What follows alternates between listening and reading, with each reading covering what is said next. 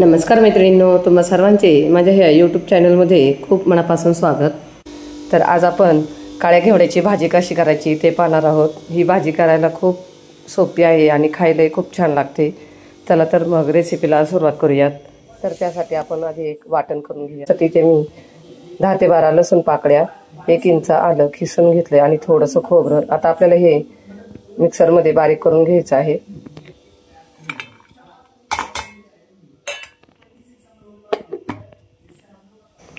आता वाटण झालं की कढईमध्ये 1 मोठा चमचा तेल टाकायचे आणि आता तेल गरम झालं की त्यामध्ये 1 चमचा मोहरी टाकायची।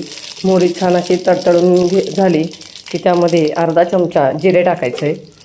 आता जिरे छान फुलले आहेत त्यातच लगेच कढीपत्ता टाकायचा आहे आणि बारीक चिरलेला मध्यम आकाराचा 1 कांदा यामध्ये टाकायचा आहे आणि आता कांदा छान हलकासा सोनेरी रंग येईपर्यंत परतून घ्यायचा।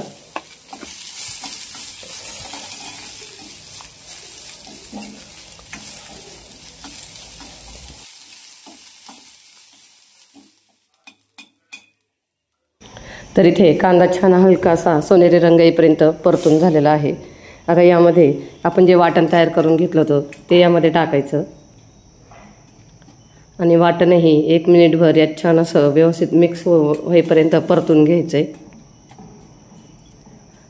तर इथे वाटण छान असं मिक्स करून झालेलं आहे, छान परतलं आहे। आता यामध्ये बारीक चिरलेला टोमॅटो टाकायचा आहे। तर इथे मी 1 मीडियम साईजचा टोमॅटो घेतलेला आहे। आता टोमॅटो हे व्यवस्थित मिक्स करून घ्यायचा आणि आपला टोमॅटो छान असा मिक्स करून झालेला आहे। आता यामध्ये पाव चमचा हिंग टाकायचं आहे, 1.5 चमचा कांदा मसाला, अर्धा चमचा लाल तिखट, 1 मोठा चमचा धना पावडर, 1 मोठा चमचा बेडगी मिरची पावडर, पाव चमचा हळद आणि थोडीशी बारीक चिरलेली कोथिंबीर टाकून हे सर्व मसाले व्यवस्थित असे मिक्स करून घ्यायचे। 1 ते 2 मिनिटं छान असे परतून घ्यायचे। तर ते 1 मिनिटभर मसाले छान असे परतले आहे आणि ते मी कुकरमध्ये वाल मीठ टाकून उकडून घेतलेले आहेत। 4 ते 5 शिट्ट्या करून उकडून घ्यायचे आणि आता हे सर्व वाल यामध्ये टाकायचे। आता हे वाल व्यवस्थित असे मिक्स करून घ्यायचे।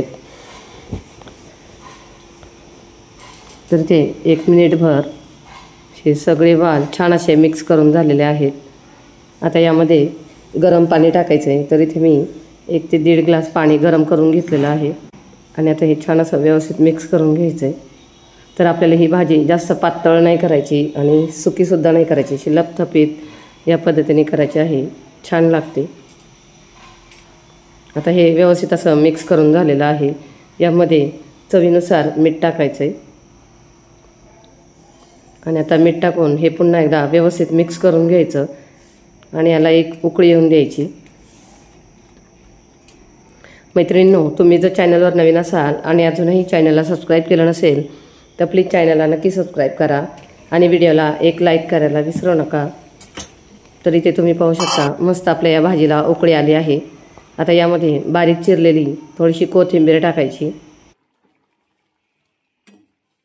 तर पहा मस्त अशी भाजी झालेली आहे। आता ही बारीक चिरलेली कोथिंबीर टाकून व्यवस्थित मिक्स करायचं आणि गॅस बंद करायचा। झाली ती आपली ही काळ्या घेवड्याची मस्त झणझणीत लपथपीत भाजी तयार। मैत्रिणींनो, या काळ्या घेवड्याचा चटपटीत चाटसुद्धा खूप छान लागतो। जर तुम्ही ती रेसिपी पाहिली नसेल तर शॉर्टमध्ये ही रेसिपी टाकलेली आहे, नक्की बघा। मैत्रिणींनो, तुम्हाला ही रेसिपी कशी वाटली कमेंट करून नक्कीच सांगा आणि व्हिडिओला लाईक शेअर नक्कीच करा। चला तर मग पुन्हा भेटूया अशाच एका रेसिपीसोबत।